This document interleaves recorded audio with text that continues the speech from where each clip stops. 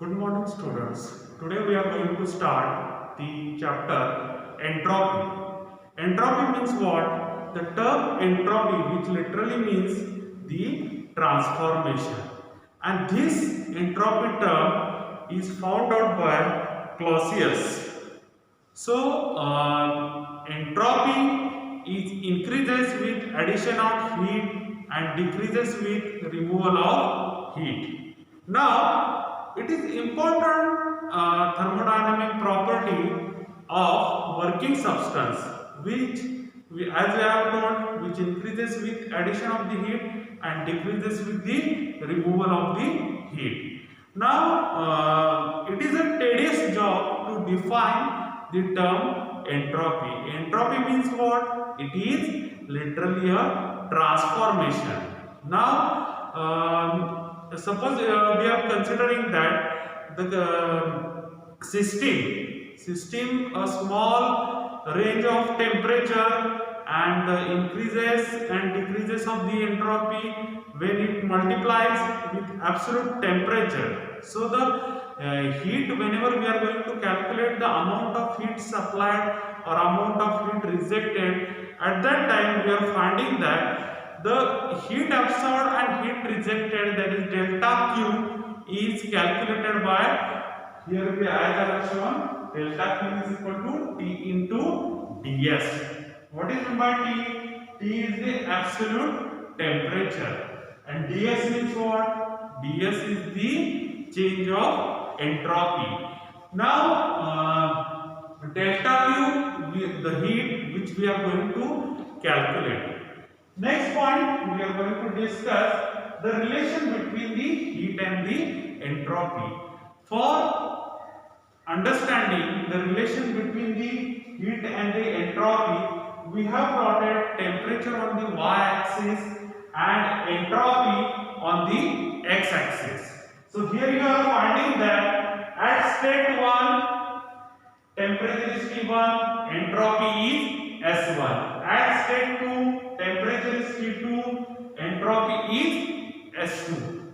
Now here the increase in the entropy along with the increase in the temperature we are finding.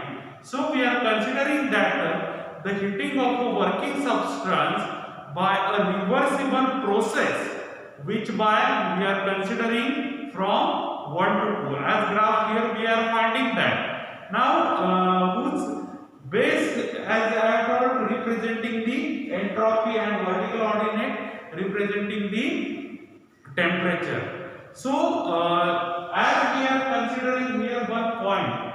Now at this point, suppose we have to find the change of entropy. Then how you are going to find out? You are going to find out by about, as per the definition, delta Q is equal to T into ds. We are calling it as the equation number 1.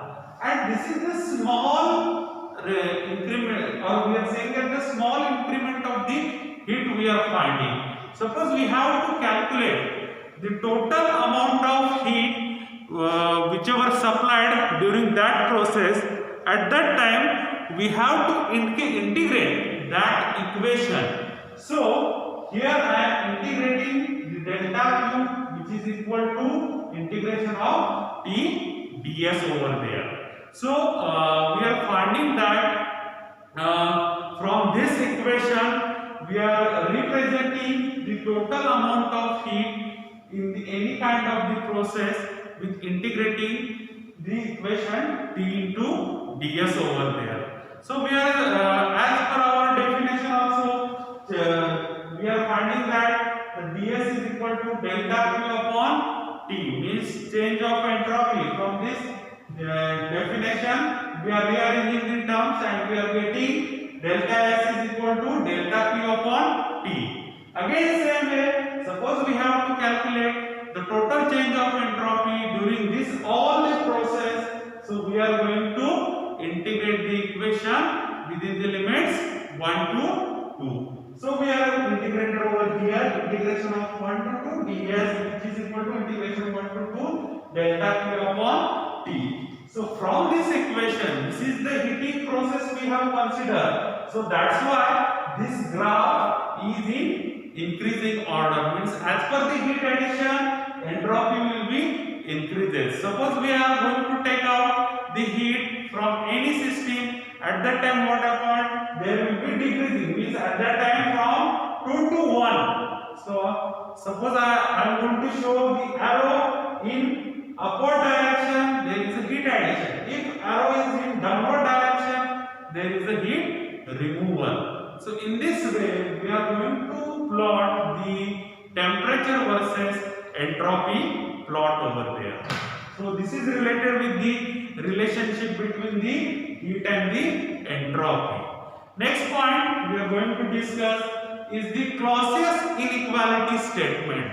So while defining the entropy, we know that as we have discussed, the Clausius inequality statement is very much important. So the Clausius inequality statement states that whenever a closed system we have studied in the previous lecture, the closed system is the system where there is no any kind of the mass transfer. So as per the Clausius statement, we are saying that whenever a closed system undergoes a cyclic process, so the cyclic integral of delta Q by T is less than 0 for the irreversible process and which is equal to 0 for the irreversible process. So once again I am repeating, the cyclic integral of delta Q by T is less than 0 for irreversible process and which is equal to 0 for the reversible process. So here we are finding, so we are combining both these equations, so we are finding that which is less than or equal to 0 delta Q by T.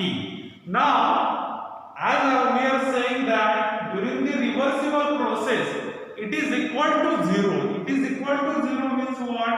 We are finding that as suppose we have to equate this with 0 in any kind of process, the cyclic integral of delta Q by T plus I is equal to 0. We are saying the equation I means what? It is the amount of irreversibility which is required to convert the irreversible process into the reversible process. So this is the amount of irreversibility. So for the reversible process, this factor is become as a 0. So the cyclic integral of delta Q by T is equal to 0 for the reversible process. So this is the Clausius inequality statement. Once again I am repeating, Clausius inequality statement states that whenever a closed system undergoes a cyclic process, the cyclic integral of delta Q by T is less than 0 or it is negative for an irreversible cyclic process and equal to 0 for the reversible process. So these are about the today's lecture.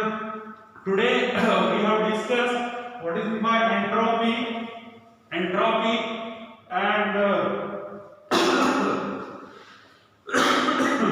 what is the relation between the heat and the entropy, how it goes on increasing manner, how it goes in decreasing manner, and lastly we have seen that Clausius inequality statement. So these are all about the today's lecture. Thank you very much.